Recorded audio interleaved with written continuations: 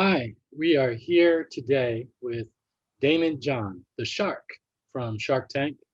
My name is Dr. Chad Womack. I'm the Senior Director for STEM Programs and Initiatives at the UNCF. It is my distinct honor and pleasure to have the opportunity to talk with Damon today and talk about his experience as an entrepreneur. But we're also pleased to have Horace Williams, also pleased to have Leiron Walker, and we're also pleased to have Jasmine Crow as Black entrepreneurs who are out there moving and grooving and doing their thing as well. We're going to first start with Damon with a series of questions, and then we'll flip it over to our entrepreneurs to talk to them about their experiences as well. Damon, thank you for being here with us. We appreciate you spending some time with the students who are going to be watching this. What specific advice would you give to entrepreneurs in the startup to early phase of building their ventures with regards to understanding the markets that they are attempting to address and also their customers? Based on your experience, what is the most important to understand first, the market or the customer? So first of all, Chad, thank you for having me, and everybody, thank you for attending. It is an honor to talk to our future leaders. When having a startup or a concept of any nature, it is understanding the consumer. Usually, there's a need. I've met a lot of entrepreneurs and intrapreneurs too, because you will go out to the world to end up working at a company, and you can become as successful or more successful than traditional entrepreneurs because every single Batman needs a Robin. I'm Batman in my company, and everybody else is Robin. But most of the time, I'm Robin. And they're Batman because why should I hire them if they weren't smarter than me? Right. What do entrepreneurs do? Entrepreneurs usually find a problem that's lacking in the market that is not being addressed. So who do you find that from? The consumer. You usually start as the consumer.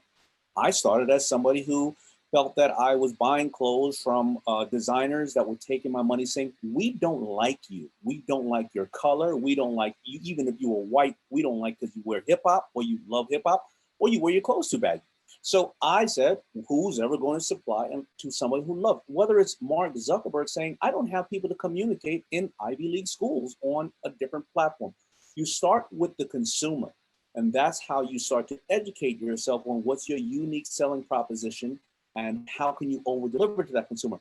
Maybe the consumer is your boss. Remember, your boss is still a customer of whoever you are, right? Your employee, my employees are still a customer of who I am, right? So you always start with the consumer. Excellent, excellent. Thank you, Damon. Second question is, you've had a phenomenal experience as an entrepreneur, and you've learned quite a bit along the way about how to address both the highs and the lows of the entrepreneurial journey, or what we call the walk. Please share some examples of the challenges that you face and perhaps still face, and how you learned to pivot to address those challenges. The challenges that I faced initially was not knowing what I didn't know. And I have to tell you, I didn't go to college. So I have to tell you that the students watching today are more advanced and smarter than me. I thought I was too cool to go to college. And then I realized all the kids that did go to college, when they were coming home after college, I was at Red Lobster serving them shrimp. And it was a really weird, an awakening that maybe I wasn't as smart as I thought I was.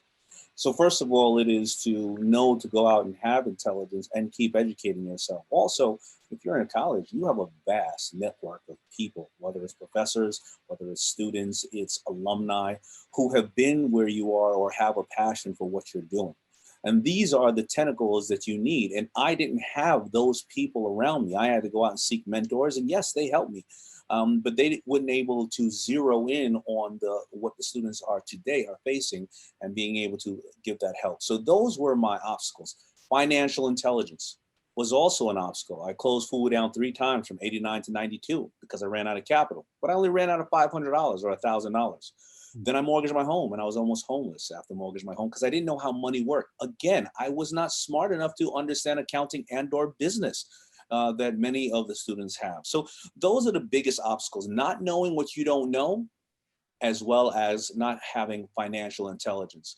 But I overcame those things because whether you're in school now or whether you never went to school, I never stopped learning, even till today. Today, right now, I'm taking a 28-hour digital course on digital marketing. Why? Because if I'm going to hire one of these students or allow them to work with me and they're brilliant, I want to know what they're doing. I want to be able to say, wait a minute, this one told me this, but this one told me that. I'm getting this one because this one obviously knew more about this. And if I didn't know anything about digital marketing, well, then how can I judge who's better? Right. So you always educate yourself. Oh, that's excellent. Thank you, Dan. Last question before I flip it over to our entrepreneurs. From your experience, are there specific concerns that Black African American entrepreneurs have to face when launching and growing their ventures? If so, what advice or insights can you share for them to consider? Well, absolutely. 100%. We can't ignore that. So you're going to be faced with, if you fail once, you've failed for everybody. And maybe they've had a bad experience with, or not even just not a great experience with somebody else. Obviously, you can't come often with a massive Rolodex of contacts, and you may not have had generational wealth in your family. But the things to know is number one, again, going back to financial intelligence. If numbers don't have a color. If you know how numbers work and you know how to increase sales or reduce cost, or the 3 ways to deal with a consumer: acquire a new one, upsell a current one, or make one buy more frequently. If you understand the fundamentals of business, then you become attractive. Now, you will face people who will say, I don't know if you're of value. You have to find people who do understand person that you are is of value. When I went out to the market to shop FUBU, a lot of the stores, believe it or not, I'm going to just tell you something. When I went to the big department stores, at that time we had all 4 partners on the hang tag. They said to me, it looks like it's gang related. Why? Because it's 4 black people, four people of color on the hang tag. And they said, we don't want this stuff in the stores because people are going to get into shootouts, or they're going to shoplift. Now, I don't know about you, but I've never been in a store when I go, is that the last pair of sneakers you got? All right, if you take it, I'm going to shoot you. I ain't never seen that before in my life. So what did I do? Well, I found the stores that did need it, because the Nikes and the Timberlands and the Ralph Lauren's of the world were not selling to them. And you know what? They were in the hood. And I went over to those stores and understood that I added value to those stores and they added value to me. And when in the hood, as we all know, you go to a store, that person, the owner, whoever, tells you everything about what you're buying and who you should buy from, who you shouldn't buy from. So 3 years after that, those big fancy department stores realized that those little stores I was selling to in the hood, they didn't have 1 store anymore. Those little stores had 10 stores and 15 stores, and the department stores were losing their market share. I say all that to say, somebody is going to find value in your unique selling proposition. However, it's you who has to check yourself and hack yourself before you walk in the door and say, where do I add value? How can I make it better for this person? What am I doing wrong? Because you don't want to go in there and say, come on, you're not supporting me because of the color of my skin. No, your goods are too much, or you deliver too slow. So you always have to be super critical on yourself to make it a win-win for both parties. Excellent. Thank you, Dan. And now let me introduce our entrepreneurs who all have been participating in the Goody Nation Black Founders Fund, which is a new initiative that was launched by Joey Womack at Goody Nation, the CEO and founder of Goody Nation, supported by Google. Thank you to Joey and to Goody Nation for allowing us to interact with these wonderful entrepreneurs. First, and let me read a brief bio for each. Jasmine Crow is the founder of Gooder, and Jasmine is an award-winning social entrepreneur, a TED Talk speaker, a leader who is working to make the world a better place, one cause at a time. Jasmine's goal is to foster change and to create awareness about the leading socioeconomic issues and challenges of today, including poverty, food waste, and hunger. Horace Williams is the CEO and founder of Empowered. Empowered is a technology platform and consumer app that uses civic data and an ecosystem of civic engagement partners to create personalized and guided experiences that meet people where they are and empower them with the tools, the education, collaborations, and access they need to effectively impact and participate in a democratic society. Horace is the founder and managing director of Empowered Apps, created the Empowered Technology Platform back in January of 2015. Finally, Leiron Walker is the founder and CEO of Mantis EDU. Leiron is a technology entrepreneur who graduated summa cum laude from Tennessee State University with a bachelor's degree in electrical and computer engineering. Later, Leiron enrolled in Purdue University, where he obtained his master's of science in the same area of electrical engineering. As an authority in web technologies, Leiron has been instrumental in architecting leading enterprise platforms that span both web and mobile for over 20 years. Leiron spends a tremendous amount of his time evangelizing STEM education with schools and organizations focused on kids and education. And let me first start with Leiron. Leiron, can you share a little bit about your experiences as a founder, as an entrepreneur, and what questions would you have for Damon? Well, thank you guys for taking the time to invite me to this venue. I do appreciate it. And I guess for Damon, definitely know your story and follow your story. And it's an amazing testament to the will of entrepreneurship. Thank you for your example. On our side, I can tell you, my question would be this. Most of us start companies in our community based on the need that we see as not being served. And oftentimes we become that person who has to kind of take on everything. And so in our case, we built an education technology company to fill a void in the market. But the issue is that in the market, we present ourselves as being a philanthropic organization. And on the flip side of the equation, we truly are a product-based business. And so we're making a transition from being something that looks good and feels good to showing people that, hey, we have a true product that has a huge market that can scale and do good at the same time. So I'm curious from your perspective, if our goal is to truly impact our community, but to investors into the market, we have to present ourselves as a much bigger business. What advice would you offer on how to present yourself and to articulate that value so you're not being looked at as just a charity organization? Yeah, so that is a perfect question, because on the flip side of that, today's consumer is very passionate about what's going on. Well, we know we all have a lot of heightened emotions right now, and today's consumer actually want to know, what are you doing for people at the same time? So simultaneously, you don't want to, well, I'm not saying you don't want to, but if you want to position yourself to not say, not only are we philanthropic, but we are, doing good for others and have a social cause, we also are about businesses. The perfect example is my company that I invested in called Bombas Socks. It's the #1 company to ever get an investment on Shark Tank. And it's a sock company, and every time they sell a pair of socks, they give away a pair to the homeless, because they know that that is a challenging part, of being homeless, is caring for your feet. Now, FUBU 20 years ago, when we were giving away massive amount of money and donating a lot of to great causes, we never wanted to advertise it at that time. Social media wasn't out, because why advertise and make money off the hardships of others? We got a huge backlash, though, because people said you weren't helping, even though we were. But today it's way different. Today, with user-generated content and the fact we have so many layers of social media, people are looking through to see who founders, what are your causes, what are you providing for?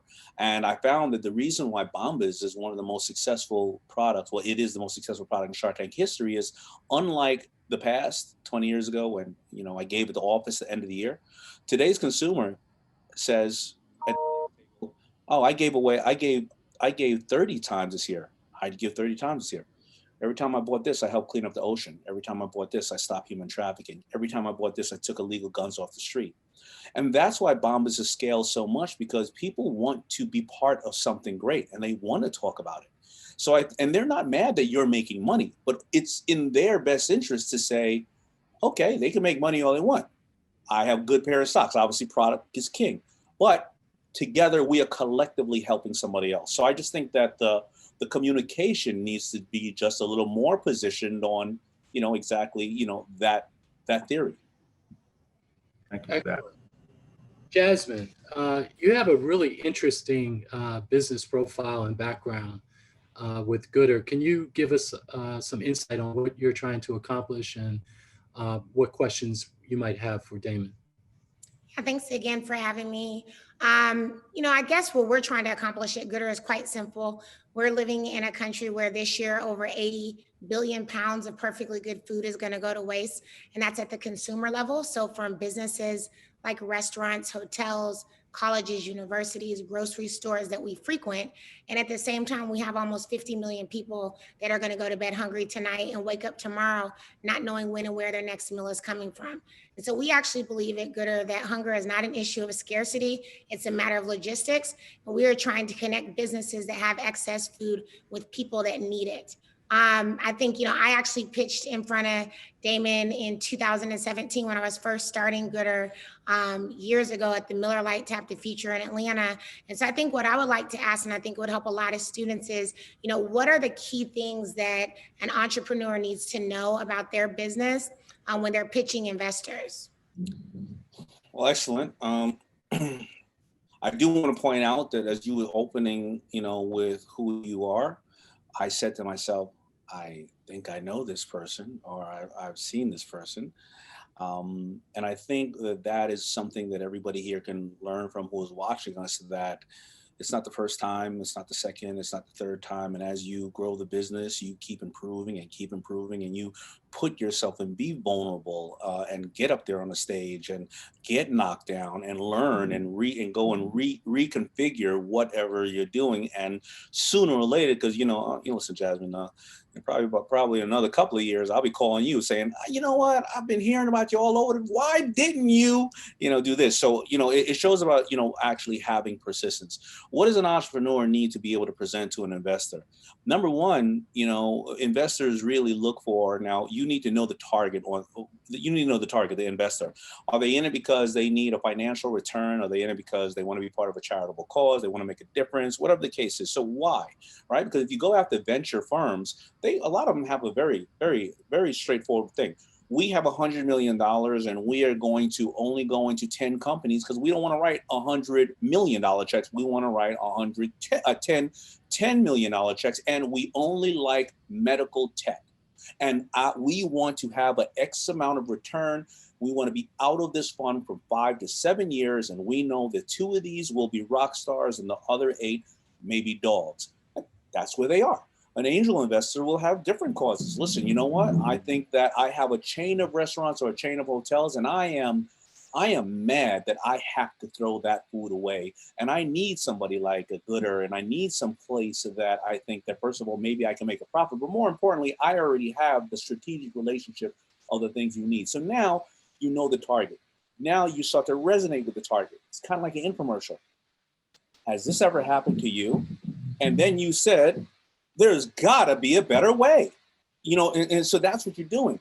And not last but not least, you need to know who your customer is, your numbers. Because if you come there and say, well, I don't have any customers. Well, how do you know the profile of your customers? If you come to Damon John and you have a clothing brand, I don't know how to sell to females. So don't think I do. I know how to sell to males, right? I don't know how to sell makeup. And if you don't know your customer and that your customer will pay $99 for this or $29 for this, well, then you're using my money as tuition. I need to know who your customer is. And your customer doesn't have to be $1 million in sales. It can be all these people who watch your content and you have 5 million views on something, or all these people who applied to something, or all these emails in the database that you have, and they say that they want it at this price. And last but not least, and this is the most important part, because I don't care if you are pitching your company or you're going out there in this world and you're going to go get a job. Do I like you? Do I personally like you?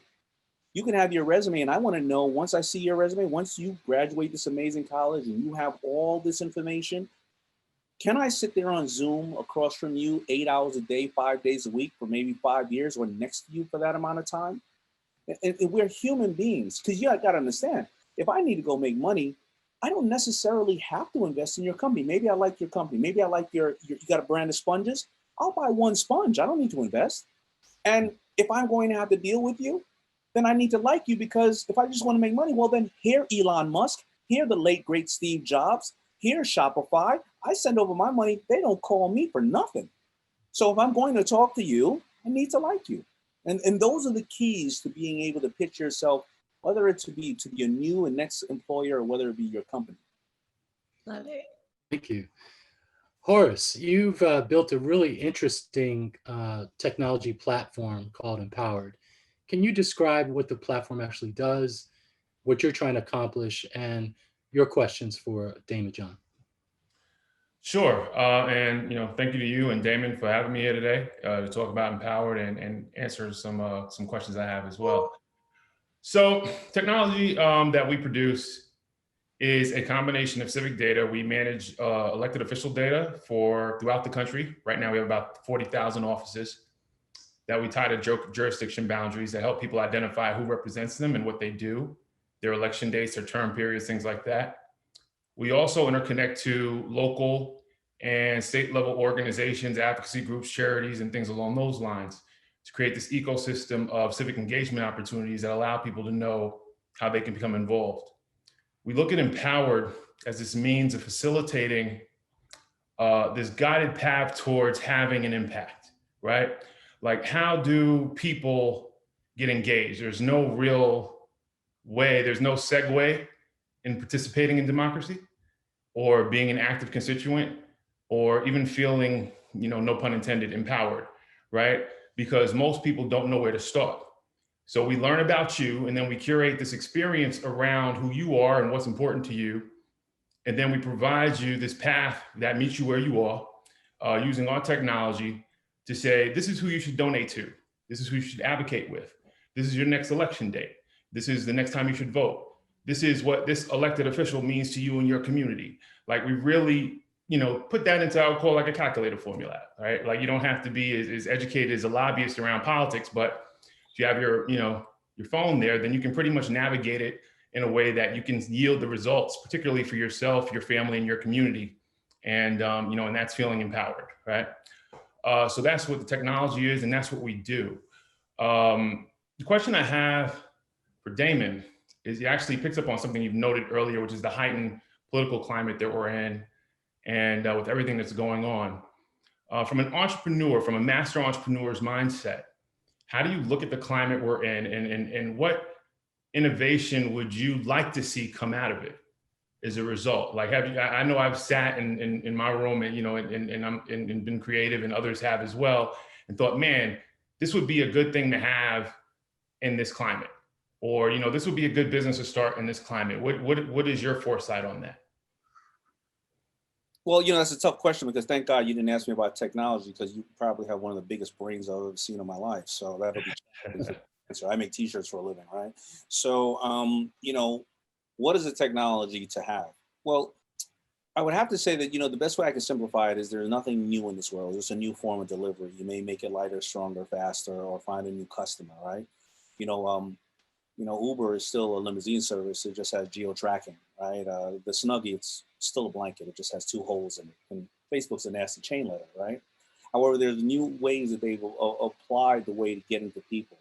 And the new technologies is kind of what you're doing. I mean, I think that where we're going to see the first, really large company come out of the space is going to be in education, because there's content along with data and information, right? And that's the most valuable. And that's exactly what you're doing, right? Because, it sounds like your platform, I need to be on it. I'm a little confused about what's going on out there, and who with the local levels who are deciding, what budgets the schools are getting and various other things. I don't have time for that. And the only thing that we really sell people is time, right? We let you get back time. Amazon is great, because before my mother gets to the store, I've already ordered 90 things, right? Before she even gets to the parking lot. You're selling them time, which that is something they can never get back. Instead of having to do the research through all these different politicians and criterias, you're selling them time. So education and time is the only thing. I can't give you the specific answer. Where are we going to see most of the changes? Though, of course, in med tech and fintech, because without health or without without currency, we're not going to have much in the world, right? But if you can add educational platform to all of those things, then I think that is where the value is. Now, I'm not sure if I answered the question exactly, but those are what I've been learning out while I'm out in the market talking to other, industry leaders. No, the education piece in particular hit, and then you also mentioned the med tech piece and the financial piece, so, and everything else. I get it. So thank you. Next, Damon, wanted to ask you a question around something that every entrepreneur faces, and that's access to capital. Of course, the capital needs vary by the stage of the company and where in the entrepreneurial walk that entrepreneur is at the moment. So seed, startup phase versus more later stage have different capital requirements. But can you talk about the early stages, seed to early, when you're just getting customers, your P&L sheet might look meager. It exists, but it might look meager. And what kinds of advice or things should they be thinking about during that phase? Taking in money is a very, very serious matter. I can't sleep at night if I take in $100 for somebody and I'm not able to return it. So I think that the startup phase is your slack resources. And that's what I had, slack resources. Your startup stage is your Rolodex. It's going out to dinner less. It's your friends and contacts, because you want to make all the mistakes as small as you can, right? Because, when I started out, I closed Fubu down 3 times from 89 to 92 because I ran out of capital, but I ran out of 500. I ran out of 1,000. And then I started to use OPM. And you may say, well, other people's money. No, I started to use other people's mind power, manufacturing, marketing, right? And that's what I started to use. I started to tap into people that I knew and say, how can I form a relationship with you? And I do this for you and you do this for me. Then I started to know my customer. I started to work slowly in Queens and sell to 2 or 3 little stores in Queens and then 2 or 3 little stores in Brooklyn. I didn't want to expand past that. But before I knew it, I had about 30 stores, but I knew my customer really well. I knew that they would pay X amount of dollars for this and not for that. I knew they wanted extra large or whatever the case is. I'll give you an example. As all designers do, we want to come out with this full great line because we don't want to seem like we are just like a one-trick pony. Well, I came out with 10 color shirts. 60% of all sales are black. So 20% is white and a little sprinkled in between. Now I went down to 3 colors of shirts.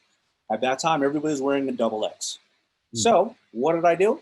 I don't care if it was a small or a medium. Nobody wanted to wear a medium at that time. I just cut the neck label out and put XX on it.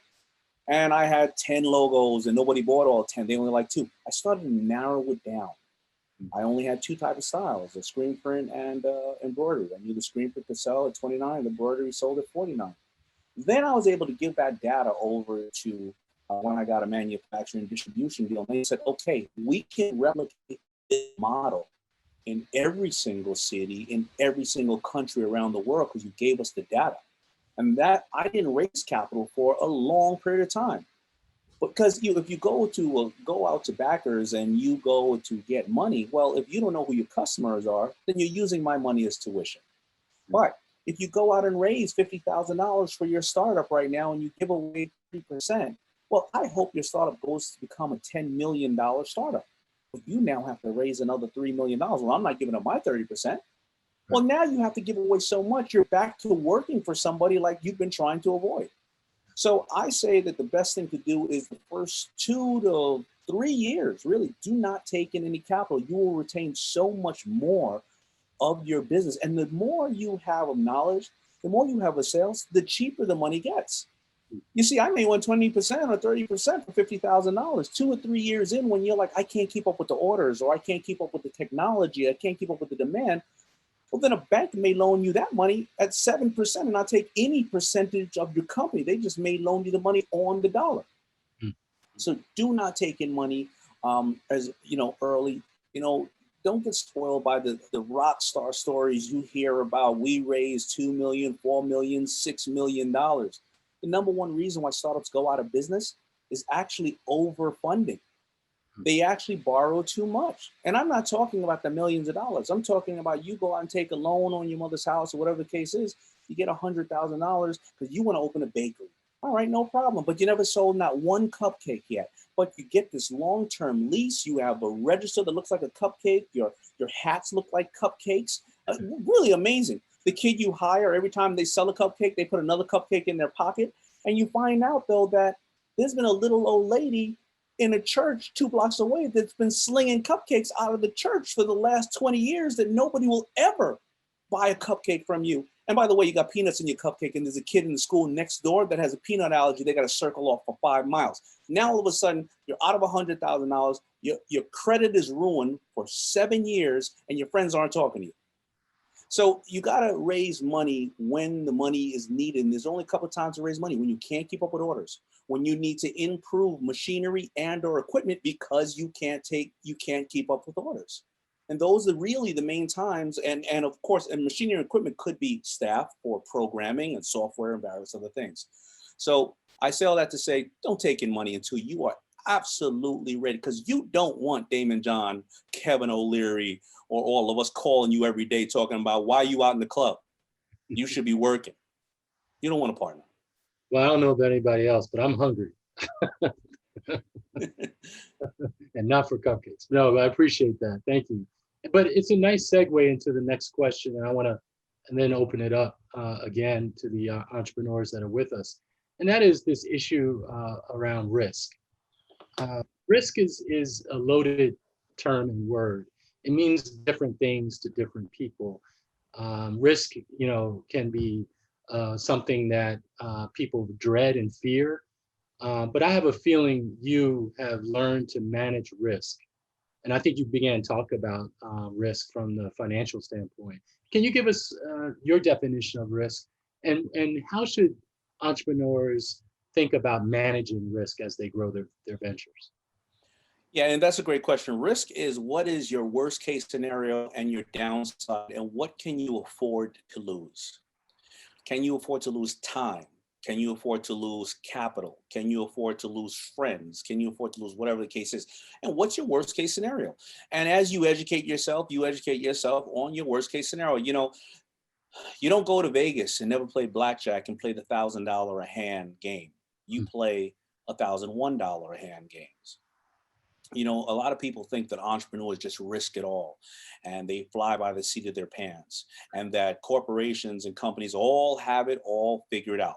Well, if you ask Blockbuster and BlackBerry and Kodak how well and how much they have it figured out, they're not around to answer you anymore. But you think about an entrepreneur, and you know what an entrepreneur does? They may not have this long vision. They risk what they can that day, and they do the best they can for their company and their customer today, and they replicate it again tomorrow. They know they're going to hear no a lot.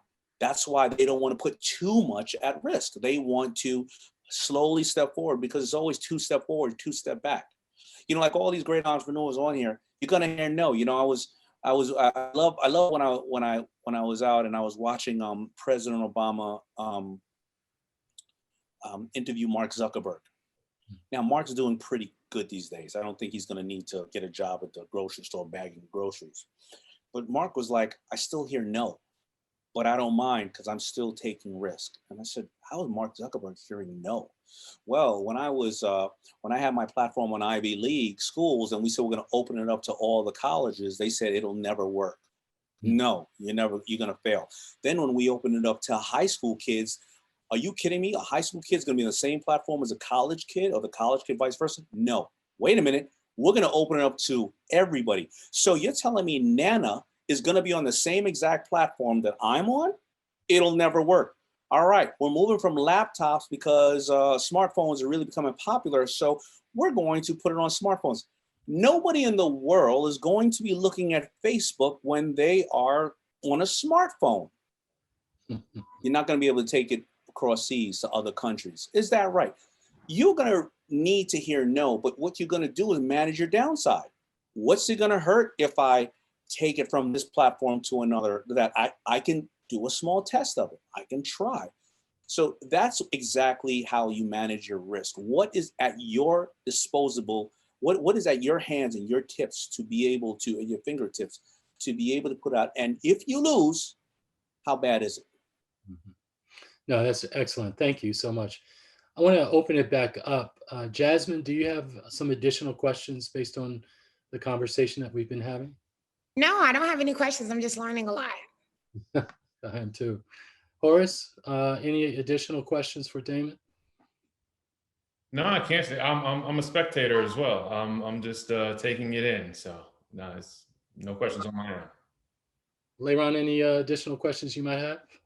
Yes, I will ask a question. So, Damon, you talked about taking risks. So, in my case, my business, we play in the Internet of Things space. We create physical devices, both hardware and software, as you would imagine. building that stuff from scratch is very capital intensive. And so since we've had trouble, just raising outside capital, these are things that we've self-funded, and we've spent a lot of time investing in that, in addition to even getting the IP around it, both utility and design patents. So the challenge that we faced, I'm curious in your perspective, when you mentioned things like IoT, physical goods, hardware, and you mentioned that you're doing things in spaces like ed tech, both of those are kind of dirty words. A lot of investors don't like to get involved with their tangible goods that have to be manufactured and produced. So I'm curious, from your vantage point, as you're listening to people pitch you things or giving advice to people who are building tangible physical things that require investment prior to selling to that customer because there's maybe an inventory component, what advice would you offer around how do you position those businesses so that they can see the upside? Because in our case, if you're looking at truly innovating around things like AI, machine learning, having that physical hardware piece matters because it helps you control that ecosystem. But some investors aren't as sophisticated, and they really, there are a lot of stated funds who won't even invest capital if you mention your business has a hardware component to it. So I'm curious in your thoughts around that. Yeah, that's a challenging question because when I am in those spaces, I am in those spaces with somebody who is jumping into those spaces. Again, like I said, other people's, OPM, right? Other people's mind power. So, that's a typical example, a perfect example for Shark Tank. I don't like doing any deals with any of the other sharks that are in there because, too many chefs in the kitchen, and why do I need them? However, I know when I'm a shark and I know when I'm a bottom feeder. When it's a tech product that either Mark or Robert is in on it, I'm trying to jump in on it so I can get a free ride off their back. All right. So I don't know if I can answer that question, and I know what I know and I know what I don't know. I happen to try to create strategic partnerships with those who do have those answers.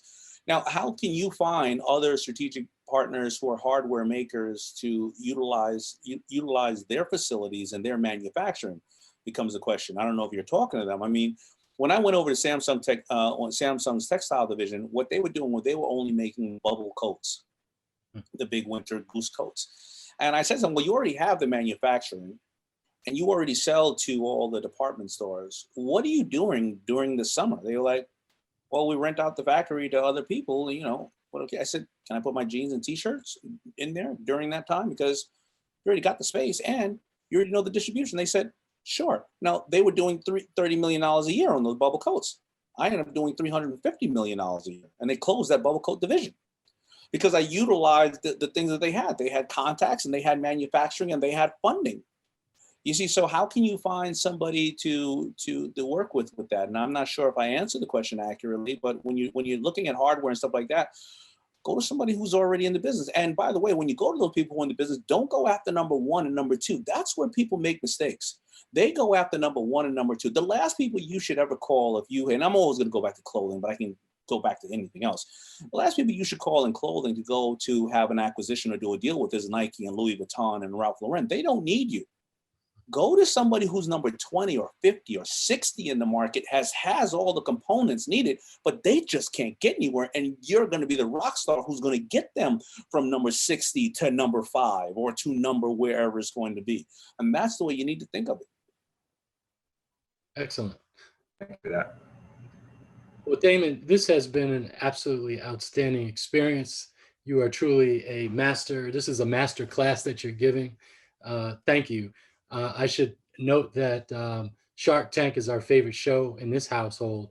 And much to the chagrin of my wife, who says that I'm bathing our children in the waters of capitalism, I have our kids watch the show, and you're our favorite shark. Thank you for spending time with us. We really appreciate it. Thank you to our guest entrepreneurs, Jasmine Crow, Horace Williams, Leiron Walker. You all are outstanding. We look forward to following up with you guys.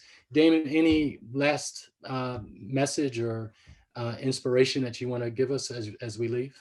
Absolutely. So Chad, it's an honor and thank you for all that you do, and serving and educating people and helping those.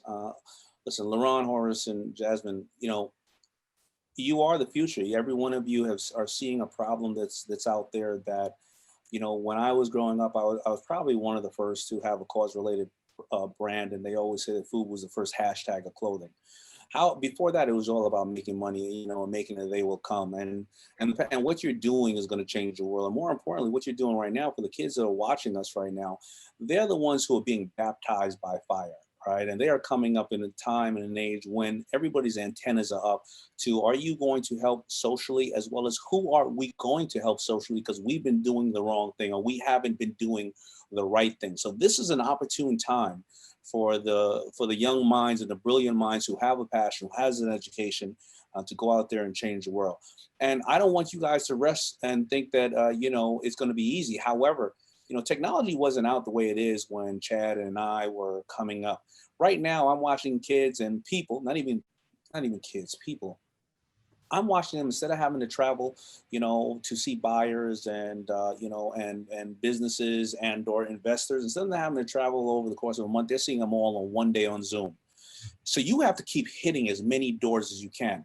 Now, when I was coming up, social media didn't exist. So I had to go and find somebody physically the next day to go sell them a shirt. But today, you can get to you can get to the entire world with your fingertips. However, everybody can get to the entire world with their fingertips. So you still have to have the fundamentals of business. You got to get up before everybody, and you got to go to sleep after everybody, and you got to kiss a lot of frogs before you find a prince. So you got to start kissing a lot of frogs. And the most important part I want people and the kids to know is that, unlike the days when people shook your hand and looked at called your references, we're not doing that anymore. We're all looking at you through this. This is where I'm looking at you, right? Can you put yourself in 2 to 5 words? Apple think different, Nike just do it. Fubu for us, buy us. White Castle what you crave. If you don't know what you stand for, then you're gonna leave it up to me to interpret what you stand for. And it may be something totally different. And I'm going to follow you right here when I see your application or your name. And I'm going to see, are you always talking about great stuff? Are you doing charitable stuff? Are you always walking in the room with a smile no matter what's going on in your life? Are you always very positive? Or are you saying misogynistic or ignorant type of things? And by the way, who are you working with? Who's the person you're taking a picture with? I'm going to look at them too to see how they're acting as well before I call you or I don't call you. If I think you're a problem solver, you're brilliant, and you're a hardworking person, I can't wait to have you in my office or on Zoom. And that's the best part about what happened today, or that's what's happening in this country right now. You used to have to be in New York to work for me. 80% of my staff started as interns. So I'm looking for always the young, brilliant minds. You no longer have to be in New York. I can source your brilliant brain from anywhere in the country or the world. So this is an opportune time. You can either be afraid of and be frustrated, which I know we all are, or you can take advantage of this moment. Make sure you understand, if you're on here, that you are representing yourself the right way. Because if you work at a company and you came to work for me, if I notice that you have a bunch of TikTok posts out all day, every day, and you don't work in the social media department, well, then you're not spending your time the way that I'm paying you to spend your time. All these things are happening. All right. So I want to make sure you're all aware of that. And we all know we have haters, right? So if you think your boss is not watching you, somebody else who hates you, they're sending all your social media over to your boss. Keep those things in the back of your mind. Make sure you use this as an advertising platform for your brilliance. And then you're going to win. Damon, thank you so much. We wish you the best, continued success. Please don't ever leave the show. We'll stop watching if you leave the show. We're on Friday. We're on tonight. Is today Friday? Yeah. Friday, 8 o'clock tonight. Catch us. First episode. Absolutely. Thank you so much. Horace, Jasmine, Layron, thank you so much for joining us. Appreciate your time. Thank you. Thank you.